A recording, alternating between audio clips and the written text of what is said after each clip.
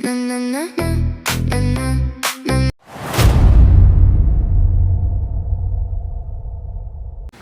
good day mga Leds. Meron tayo rito nga. Ayun, maski bumabagyo, nakarating yung customer natin na taga Marikina pa. Kimco Dollar.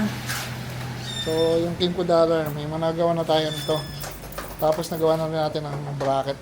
Patagasan yung yung dollar na mag-asawa. Batangas ba, no? Layo, no? Yung babae sa kanila, mag-asawa. So, kakabitan to natin 100 watts na lightning senlo.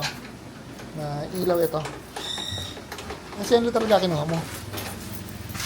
So, yan, gagawin natin yung harness. Yung harness na gagawin natin, may switch siya na 3-way pero on-off lang. Pag naka-on, sumasabi na yung high and low dito. Sa akin, passive. Yung Kimco Dollar, isa sa pinakamahaba yung wire niya na papunta sa battery. Nasa dulo. Ayun o. Parang tinagal may upo niya, sir.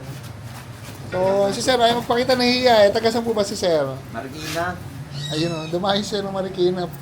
Dito sa Malolos. Saan po kayo nakada ng baha, sir? Ha? Saan po may baha? Diyan alam ko sa Valenzuela yun.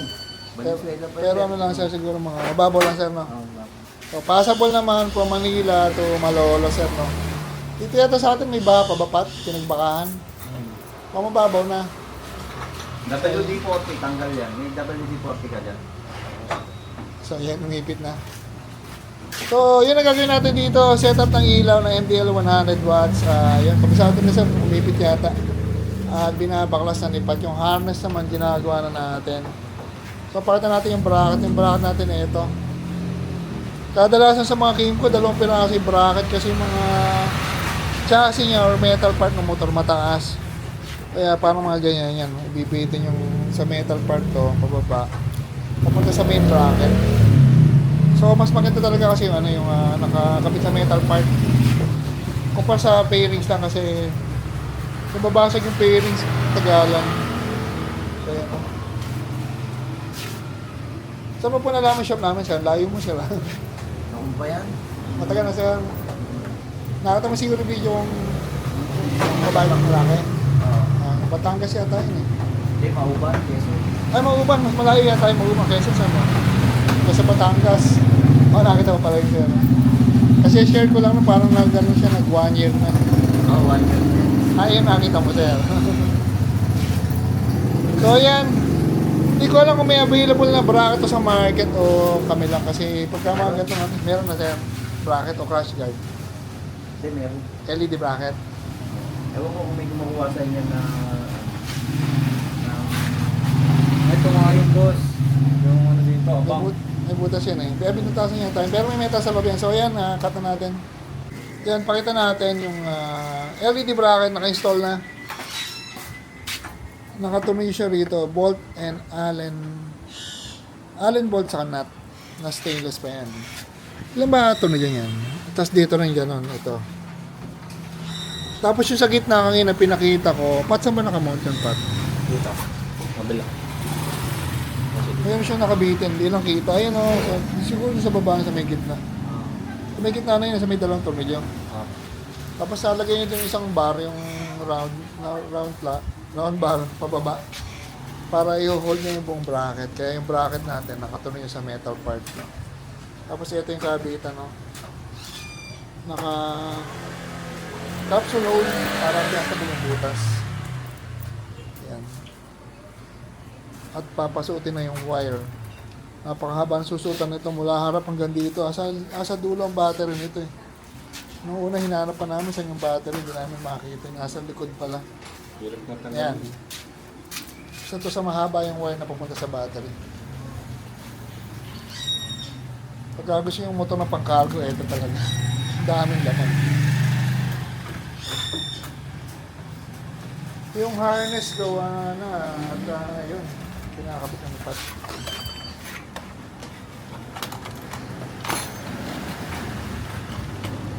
Pag gumana yan, itong switch na to. Yung on yan sa baba or taas, parehong on, off sa gitna. Pag naka-on, dito na yung high and low. Saka passing. Yan, pwede na natin i-test nakikabit na yung mga wiring at yung bracket, pati na rin yung ilaw. So, So kung makikita nyo, wala kang makita mga wiring kasi yung mga wiring natin naka-slickable tube. At mga naka-terminal para pwedeng hugutin. Ilaw, pogi. Yan o. Passing mo. So yung headlight niya, saka yung passing ng MBL, sumasabay, basta naka-on yung switch niya. Tapos high mo lang, high. Galing, galing na mukha nung dollar na yan, cute. So ayan, kakabit na lang yung pairings, tapos gano'n tayo rito. Yan, yung beam niyan, isaset na natin gano'ng kataas yan. So pag naka-low beam, maski na 100 watts, hindi siya nakakasilaw, basta tama lang yung tutok. Pag naka-high beam, ayun, nakakasilaw na yan. So, yun ang kinabit natin, hindi na kinabitan ng busina. Yung busina okay na daw. Ikipat, okay na. Siyempre, yung ginagawa natin dito, wala kaming kinakat, walang electrical tape. At walang tinatalupan sa wiring yung motor ni Sir. Kaya pwede natin tanggalin yan at yun, walang masira. Yan, final demo na to. Kimco $150. Dana tayo rito. Yun, tinetest na ni Pat. At sinesento na ni high and low ng headlight. Nung MBL. So yan. So pakita rin natin. Itong switch na to, power switch lang. Yan, hindi siya high and low. On lang siya, ayan, on lang. Pag naka-on, dito na magkukontrol na high and low. Siyempre nagka-passing pa. Yun na maganda ron. Accessible na sa top nyo. Unlike nung dito pa magkukontrol, mahirap. So pag medyo madilim na, i-on nyo lang, dito na. Yan, tara tayo rito. Kimco $150 from Marikina pa si Sir. Sinulong yung baha at ulan. Yan. So kung gusto nyo magpagawa ng ganitong motor, available sa amin yung bracket. Sariling bracket namin yan. Yung bracket namin, 304 stainless. Ayan. Nakatuloy yan sa chassis, sa metal part ng motor. Kaya yung tibay niya, sigurado matibay. Maski na malaking ilaw, kaya yan. Ayan. Thank you po.